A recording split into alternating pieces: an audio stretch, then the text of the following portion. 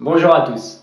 Dans cette vidéo, nous allons parler des puissances et des racines de fractions et vous allez voir que ce n'est pas si difficile puisqu'il suffit juste de connaître un certain nombre de propriétés qui s'appliqueront de la même manière aux puissances et aux racines, étant donné que les racines ne sont que l'opération inverse des puissances.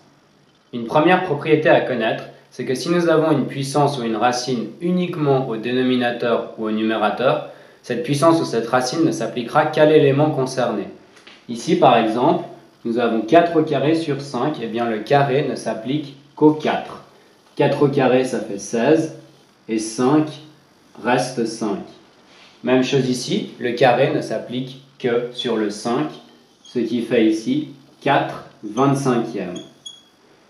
Et même chose pour le dernier, racine carrée de 49 sur 3, la racine carrée ne s'applique qu'au 49, ce qui fait 7 tiers.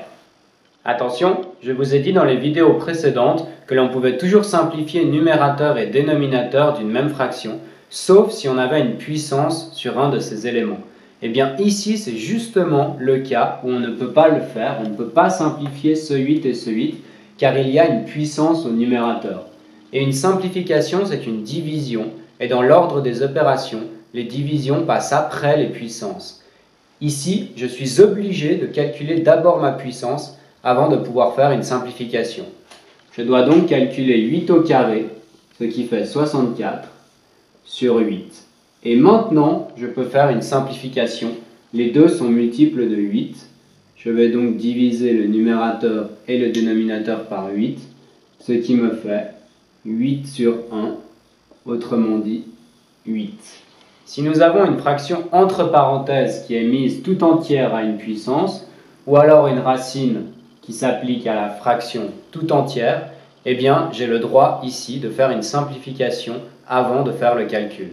En effet, ces parenthèses m'autorisent à simplifier ce qu'il y a à l'intérieur avant de m'occuper de la puissance qui s'appliquera au numérateur et au dénominateur. Je peux par exemple simplifier 3 neuvièmes en divisant par 3, ce qui fera 1 sur 3, toujours au carré.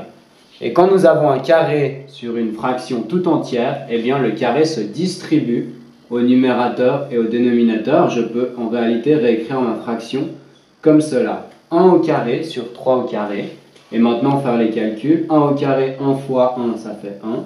Et 3 au carré, ça fait 9. Si j'avais oublié de simplifier dès le départ, eh bien j'aurais retrouvé le même résultat en simplifiant. Si j'avais fait par exemple 3 neuvièmes au carré comme ceci en distribuant le carré sans simplifier, eh bien j'aurais trouvé en haut 3 au carré égale à 9 et 9 au carré égale à 81. 9 et 81 sont tous les deux des multiples de 9. J'aurais pu simplifier et j'aurais retrouvé le même résultat qu'avant. 9 divisé par 9 au numérateur 1 et 80 divisé par 9, 9. Pour le racine de 16 25e, même s'il n'y a pas de parenthèse autour, eh bien quand on a une racine carrée qui prend toute la fraction, c'est comme s'il y avait des parenthèses. On se retrouve dans la même situation qu'ici. La racine se distribue au numérateur et au dénominateur. Ici, 16 et 25 n'ont pas de diviseur commun. Je ne peux donc pas les simplifier, mais s'ils avaient un diviseur commun, j'aurais pu le faire. Je n'ai donc plus qu'à distribuer ma racine au numérateur et au dénominateur. Racine de 16, ça fait 4.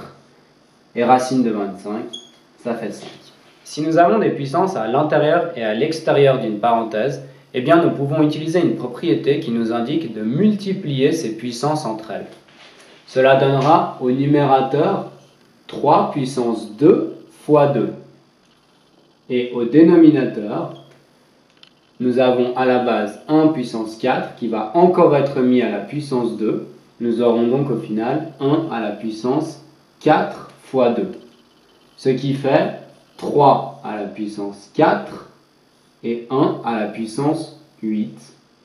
Ce qui fait au final 3 à la puissance 4, c'est 3 fois 3 égale à 9, fois 3 égale à 27, fois 3 égale à 81.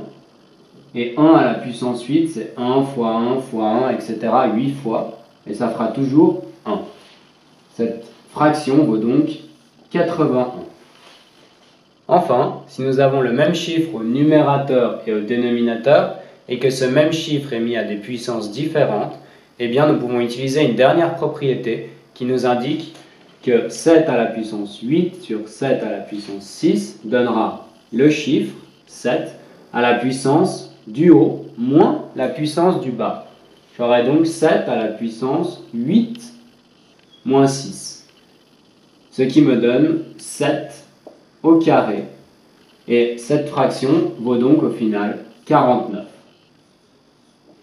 Voilà, ces quelques propriétés devraient vous aider à ne pas faire d'erreur lors des opérations les plus courantes de puissance et de racine de fraction. Je vous conseille de mettre en pratique ces propriétés avec cet exercice qui sera, comme toujours, entièrement corrigé.